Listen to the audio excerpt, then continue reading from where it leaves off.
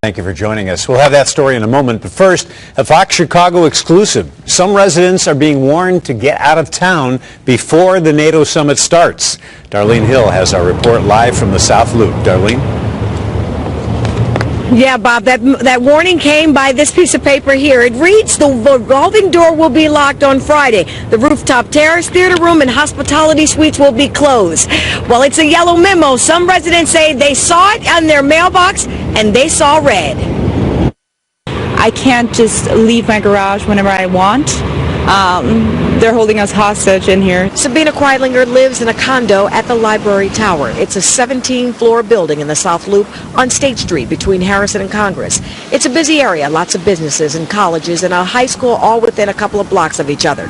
People who live in the Library Tower, though, say they're used to it all until earlier this week when each resident got this memo in their mailbox, letting them know what they can and cannot do while the NATO Summit is taking place in Chicago, May 19th through the 21st. I think they've got everyone's best interest in mind. It's just pretty kind of shocking to see. I had no idea this was going to be happening that weekend, and so it's pretty alarming to know it could be that scary in your own home. The memo states that management strongly recommends finding alternative places to stay during the conference. I think that's a big problem because this is where we live, and everyone doesn't have the opportunity or possibly can't afford to go stay somewhere else.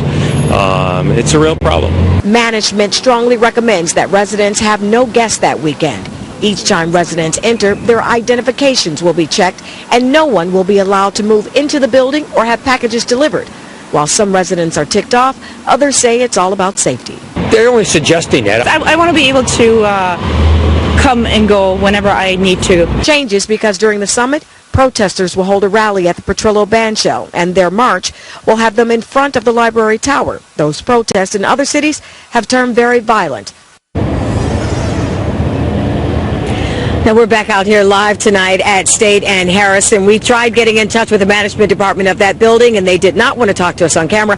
I did, though, Bob, call around to a couple of the other mid-rises and high-rises here in the South Loop, and they tell me they're pretty much doing the same thing. They say it's all about safety. They don't, of course, want any problems, and they don't want, of course, to deal with any of some of the other stuff going around the weekend of the summit. So they say they're trying to do what's best for the building as well as their residents who live in them. Back to you in the studio.